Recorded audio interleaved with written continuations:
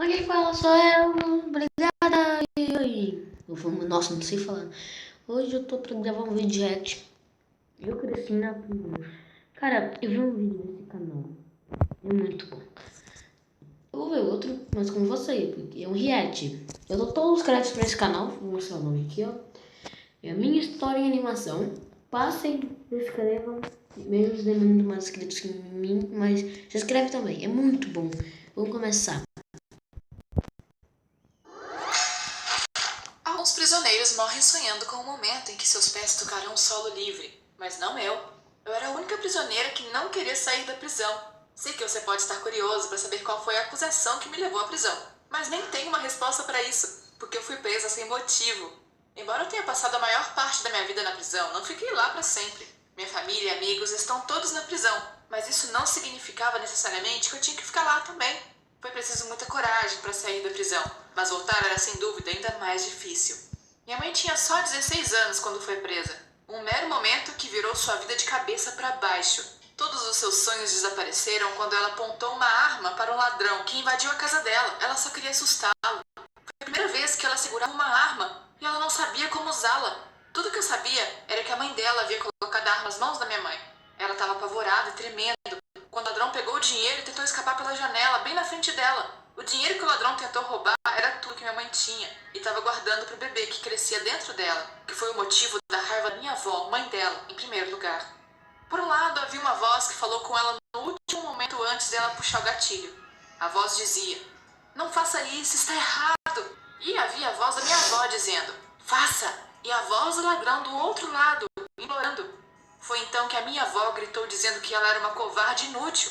Ela não ouviu mais nada, nem a voz do ladrão, nem a voz da mãe dela, nem mesmo a voz que vinha de dentro dela. Tudo que ela ouviu foi o som do tiro que ainda soa alto nos ouvidos dela até hoje. Ninguém na delegacia acreditou nela quando ela disse que não pretendia fazer aquilo e que tudo que ela lembrava era das vozes e depois a imagem do ladrão deitado na poça de sangue. As últimas palavras que minha mãe ouviu da mãe dela foram: "Você sempre será uma garota má." E foi isso. Ela foi acusada de assassinato e condenada a 35 anos de prisão. Se ela tivesse sorte, sairia da prisão quando completasse 40 anos. Você pode estar pensando como uma garota de 16 anos poderia ser presa enquanto ainda era menor. Então deixe-me explicar. Existem dois estados que permitem a prisão de pessoas entre 16 e 17 anos de idade por considerados adultos. E infelizmente para ela simplesmente Comerciais. De novo do filme do Sonic ou é impressão minha? Vamos ver, vai. Falou uma nova aparência do Sonic. Deixa eu ver, vamos ver, vai. Olha, canais Saga, né? A SEGA, que é o nome de interpretação.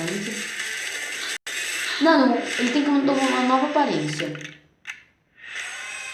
Ah, ele ainda não tá. Deixa eu ver. Ah, não. Ridícula pintura final. Morava num desses estados. E como se isso já não fosse ruim o suficiente, ela também teve que lidar com uma mãe má e ao mesmo tempo estar grávida de 4 meses. Ela viveu a vida dela inteira num ambiente hostil e agora parecia que ela morreria em um também. Mesmo que o lugar em que ela estivesse fosse diferente, não importava. Há pessoas más em todos os lugares, dentro ou fora da prisão. E contra mim, bem, minha sorte não foi muito melhor do que a da minha mãe. No primeiro dia de prisão, ela gritou o dia todo e a noite toda porque precisava desesperadamente de algumas vitaminas para o bebê. Ela estava extremamente exausta e com medo de que seu bebê morresse. Seu bebê era a única coisa que lhe restava. Ela teve que gritar repetidas vezes até que não pudesse mais, para que finalmente perguntassem o que ela queria. Ela gritou porque estava sozinha, gritou porque estava infeliz, gritou porque seus pensamentos sombrios a dominaram. Ela gritou por causa da fome, da exaustão e da dor. Ela gritou e gritou sem parar. E como ela passou os últimos 5 meses da gravidez gritando, ninguém sabia que, embora fosse apenas o 5º mês da prisão, na verdade, era o 9º mês de gravidez e ela estava gritando porque havia chegado a hora. Ninguém sabia que havia chegado a hora dela dar à luz, até que eu me juntei a ela em seus gritos quando finalmente nasci. Isso não importava muito. A única diferença era que o seu supervisor aumentou a sua refeição para que fosse suficiente para nós duas. E que as outras prisioneiras cuidaram depois que ela deu a luz. Embora a lembrança seja difícil, honestamente que o rosto da minha mãe foi a única coisa que me manteve viva. A prisão foi inicialmente uma pessoa emocionalmente e fisicamente. Minha mãe foi enquanto ainda era uma criança, mas a única coisa que mantém intacto, o que restava da sua sanidade mental, era eu. Quando eu comecei a aprender a falar, aprendi a palavra avó com a minha mãe. Ela costumava me contar histórias sobre minha avó que nunca nos visitou, mas eu não pude deixar de pensar que em algum lugar atrás dos muros da prisão eu tinha uma avó. Sei que, embora não houvesse uma relação de sangue entre mim e as mulheres e meninas que foram presas com a minha mãe, elas ainda eram como uma família pra mim. Nenhuma das guardas se importava comigo, exceto uma. O nome dela era Zóia. Ela tinha raízes russas e costumava me trazer roupas e fraldas. Foi ela quem me deu meu nome, Vera, que significa esperança em russo. Ela até me ensinou a ler e escrever quando eu fiz 6 anos, querendo me preparar para o dia em que eu sairia da prisão, para ver o mundo. Um dia depois que ela passou quase um dia inteiro tentando me convencer a sentar e aprender, eu perguntei para ela: por que eu aprenderia a ler e escrever se não há nada para eu ler ou escrever aqui? Ela respondeu: quem disse que não há nada para ler? Existem milhões de livros por aí, cheios de histórias e informações sobre tudo no mundo. Então eu fiquei curiosa. Daí eu perguntei: e como posso conseguir esses livros?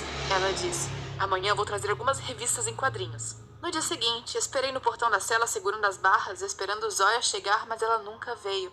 Eu sentei-me dia após dia no mesmo local, esperando que ela aparecesse, mas ela nunca apareceu. Por fim, eu perguntei a uma das guardas que a substituíra, e ela me disse que Zóia não voltaria. Eventualmente, a esperança que eu tinha sobre aprender a ler começou a desaparecer. Mas isso estava longe de ser a pior coisa que estava prestes a acontecer comigo. Minha mãe começou a me tratar de maneira diferente. Ela estava temperamental o tempo todo e eu podia ouvi-la chorando a noite toda. Você pode imaginar como é que é ser evitada pela única pessoa que você tem no mundo inteiro? Eu sofri semanas e meses de negligência. Eu não sabia o que fazer. Um dia eu não aguentava mais. Eu estava tão brava com a maneira como o meu relacionamento com a minha mãe mudou.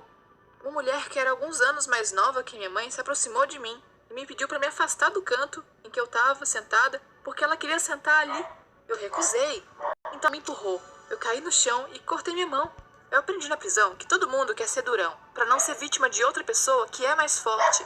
Todo mundo anda por aí para mostrar quão durão eles são. Eu não precisava provar o quão dura eu era com ninguém. Tá, mas deixa eu falar. Ai, não precisa clicar, gente. Já, né? Eu quero que. Ah, que ele clica aqui, entendeu? Você tem a parte 2. Gente, eu sei que tem a parte 2. Ai, uma aranha vindo na minha orelha. Eu vou ver esse vídeo depois, sabe? Todo mundo me tratou como criança. Mas de repente, todos pararam de fazer isso. Ah, tá aqui. Eu simplesmente me sentar e não fazer nada sobre o que aquela mulher tinha feito comigo. Então me levantei e a empurrei de volta. Mas ela era tão grande. O resto das prisioneiras nos cercou e começou a urrar. Mas a luta terminou antes mesmo de começar. Algumas guardas da prisão se aproximaram de nós para terminar a luta e uma delas me agarrou pela mão e me levou para o escritório do diretor da prisão. Enquanto a gente estava a caminho, a guarda me deu um soco no peito. Ela me tratou exatamente como uma daquelas prisioneiras. Mas eu não lutei, pois a carta de um prisioneiro sempre perde para de um guarda. Eu apenas olhei para ela com muita raiva e frustração. Olhei em volta de todos os lugares tentando Calma aí, minha gente, mãe, já mas eu não volto. Tô com encontrei. muita fome e minha mãe De chegou ao repente, mercado.